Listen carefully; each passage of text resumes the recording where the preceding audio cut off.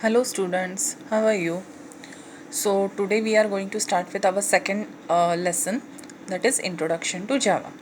Okay, now again after this video you are going to watch a Kips Learner video, but before that I am going to clear your doubts on some topic. Okay, so what I found important in this chapter, I will just explain it. Other things you can understand from the video. Okay, so very first is types of Java programs. Basically there are two types of Java programs. First is standalone Java application program and second is Java applet. Okay, now let's see the first one, standalone Java application. Now this standalone Java application refers to a Java program that can run independently on a computer. Okay, so it do not require internet, it do not require web browser, and we can independently run that particular software on a computer. So that is a standalone application. It has two subtypes. First is console based Java application. Do you remember this screen? When we were learning interfaces, I have taught you that there are two types of interfaces, graphical user interface and command line interface. Okay, we have done it in 8th standard. So similarly, there are two types of standalone Java application. First is this console based. Now in this console Java application, you can see that there is no icons, there is no graphical representation. We simply have to type the text, we simply have to write the sentences, and then we are going to use app. Okay, so that is called as console based Java application. Second is GUI based Java application, that is graphical used interface based Java application. Now here we make use of such graphical images or icons. Now you can see this is a calculator. So we can see this calculator and then we can enter the value. So as we can see this screen in front of us, it is a kind of graphical interface. We can have a graphical interface with it.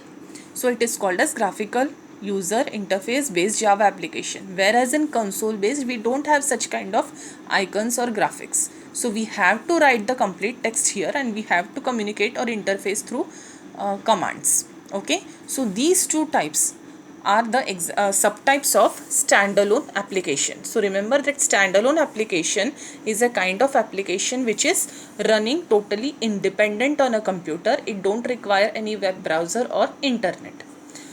Whereas next type is Java applets or Java internet applets. Now can you see this image? Generally we have such kind of image when we are using online apps. Okay, so online apps are the best examples of Java applets where we are making use of web browser and internet. So in short, you can just remember that Java applets, it could be used in the apps where we require internet or browser and we are communicating outside the computer. Okay, where we are connecting the other systems. Okay, so online shopping, or this could be the examples of Java applets. Now after this, the next important thing is languages. This languages we have studied in first lesson also. I will again have some quick revision on this. Very first is machine language. Machine language is nothing but the series of zeros and one. Okay, as it is a series of zeros and ones which is understood by computer, this type of language is very close to computer and it is executed very fast. Now second is assembly language. Do you remember what I have told you about assembly language? That instead of following this 0 1 sequence, we started making use of symbols like add, sub, mult. Okay, now just remember that this symbols which we are using is called as mnemonics. Now this mnemonics, these symbols are in English language, but computer do not understand English language, it understands only machine language. So what we have a mediator called as assembler. This assembler converts the program which we have written in assembly language, that means a program what we have written using these symbols, it converts it into machine language so that computer can execute it. Understood what is assembler? So you can read down the definition of assembler. Assembler is a program that translates assembly program into machine code. Now similarly, high level language. Do you remember what I have told you about high level language? High level language is a language which is close to English. So we write the program in English. You have written Java programs. It is very close to English, right? So as we are writing the programs in high level language, again the same problem, how computer could understand it. So we have interpreter and compiler. Okay, so interpreter or compiler, what they are doing, they are again converting program written by us into machine language. Understood? So this is the work of interpreter and compiler. Then the question comes, what is the difference? If both of them are doing same job, what is the difference? Difference is that interpreter is converting high level language into machine level language line by line, whereas compiler is converting high level language into machine language at once. Okay, so line by line and at once. This is the main difference between interpreter and compiler.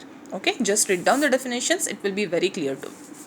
And now the last important point, which I feel could be a bit difficult part, just try to clear your doubts.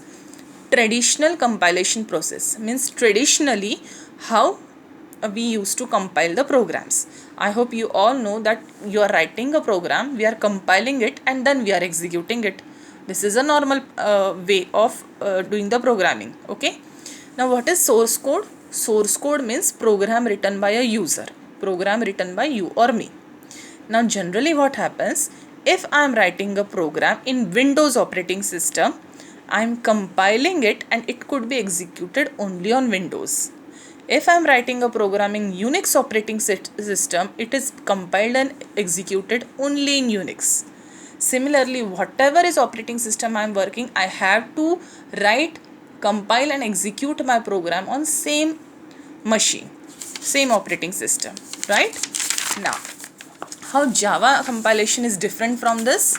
How Java compilation is different from this? In Java, this is a source program, means a program which user or you or me is writing, and we are saving that file with .java extension. If you remember, we used to save our program with .java extension. Now whatever program we are writing, it is compiled and it is called as bytecode.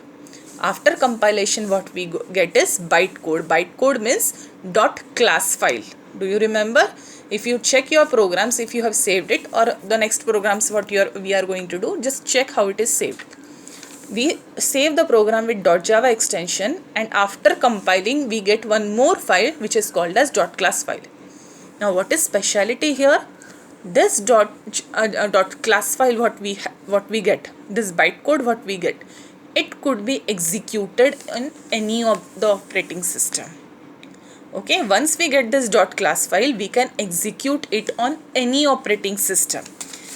Okay, how it was here, that if we are writing it in Windows, we should execute it on Windows only. We cannot execute the Windows file in Unix. Okay, but here what we are doing, we are writing a program, we are compiling and having a bytecode, and bytecode can be executed on any of the machine, any of the operating system.